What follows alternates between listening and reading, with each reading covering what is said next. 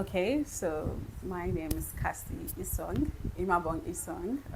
I am the creative director and founder of IMA by Cassie.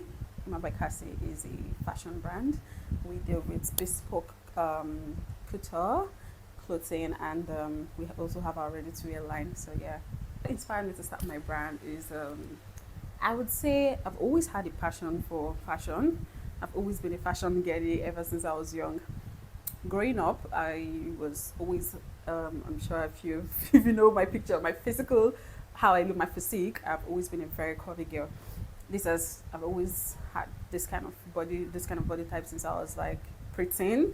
Since I was like 7, 8, I started to develop curves. And contrary to the fashion industry now, whereby it's very versatile, where you can see there's something for everyone, every body type and every shape. It's very, very inclusive right now. Then it wasn't always so.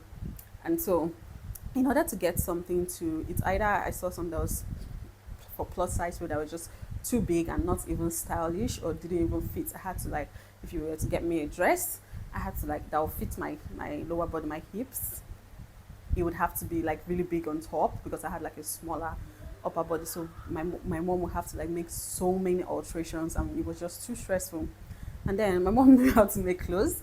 So my mom started to make clothes for me, and I think my mom, like I said, I've always had a background in fashion. My mom used to sell fabrics, all these George fabrics, and those sample laces, and so yeah, that's where the whole creative process started from. And so what made me start my own brand personally was I was an influencer. I modeled for fashion brands, even foreign fashion brands. Um, at the time. But when COVID struck and we had like a lockdown and all that, I had like a life changing moment whereby I used to be really over the years I added weight, so I used to be really big. So I went through like a weight loss journey. I lost like a lot of weight, over 100 pounds. And so sadly for me at the time, literally all the brands, like 80% of all the brands I was working with dropped me.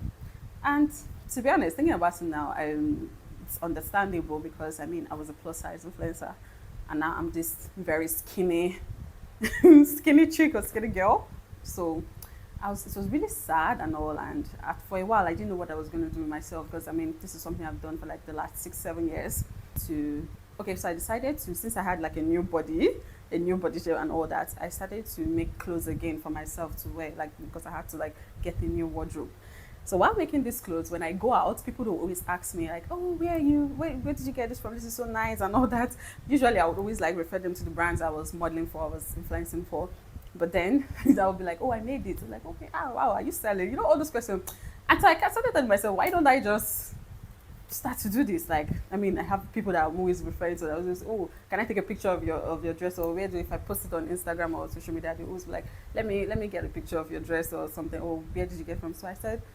But then I decided to do it right. So instead of just making clothes, I decided to go to fashion school. And so in 2021, I went to fashion school and that's how I started designing. Say, well, I would say we mix our cultural heritage we mix it with that modern flair. We're also focused on the brand. Every design that this brand creates tells a story. Everything down from the sketch, it tells a story. It's when we go through the design process where it's always like a storyline. There's always a story involved around this, and I think that's really evident with our captions and details on Instagram if you've seen it. So it's like we make so we're also focused on sustainability, and we also find a way to make sure that our brand is community focused. From the artisans, local artisans, we patronize when we're sourcing our fabrics, from the fabric to the embellishments and everything. We make sure we focus on how we can contribute positively to the society, to our local community here, and also we make sure that the brand is focused on positivity, and also we try to make sure it's really unique. When for every fashion enthusiast and any fashion lover, you know that when you're coming to IMA by Cassie, when you think IMA by Cassie, you're thinking something fresh, something unique. Okay, Honestly, I would say IMA by Cassie is my name. So I think it's obviously a play on my names. My name is Cassie, and so yeah, that's the Cassie there. Then IMA. So actually, when I wanted to name this brand, I wanted it to be like I said when I said I'm very local community oriented, cultural heritage oriented. Because so my I'm from Akwa Ibom, the South. Um, yeah. So my my local name is Imabong or Imaobong, which means love of God.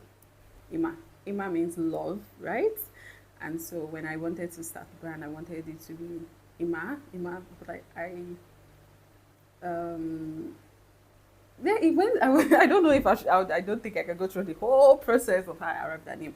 But yeah, the name is Ima. Ima is my cultural name, which is Ima Bong. That's short from Ima. And so by Cassie. So Cassie by Cassie. I haven't really given a deep thought to that, but I think I am from in Nigeria. I would say Uche Montana right now. I really love her style. In her movies and so if I was going to dress like this right now, I would say she's also I think she's also really curvy, and no, this is not to say the brand is for curvy girls, but I'm just saying as a curvy girl myself, so when I see people that have the same physique as me, it certainly draws my attention because I'm like, okay, this is I would love to dress her because I think my designs are going to look fantastic on her. Okay, so I would say always having to make customers or clients understand that, especially when there's a trendy style and they always bring it to us, they want that to be like remade for them. So I think the challenge is always making them understand that we cannot remake other designers well because that's intellectual property theft. And even when we because that's one of our policies, even when you come for your consultation, that's one of the things that's on our manifesto. So even after saying that, I think even during the process, they still want you to help to remake that because it's what is trendy. And we understand is what's trendy, what is in vogue. So we always try our best to make sure that if it's something that's trendy, we can help you.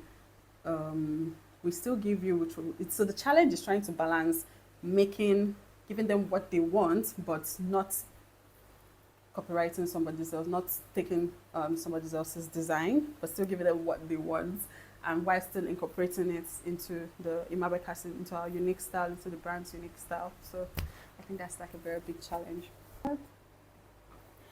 Okay, so I think that's a little bit of getting to know the brand or insight. So I think the next time I'll be seeing you guys, we'll be talking about, I'll be taking you guys around to show you guys our design process and how we function and what it takes to make an IMA by CASSIE custom unique piece. So I'm going to take you guys from our fabric sourcing to the embellishment process, to the fitting process, and to the final look. So see you guys then.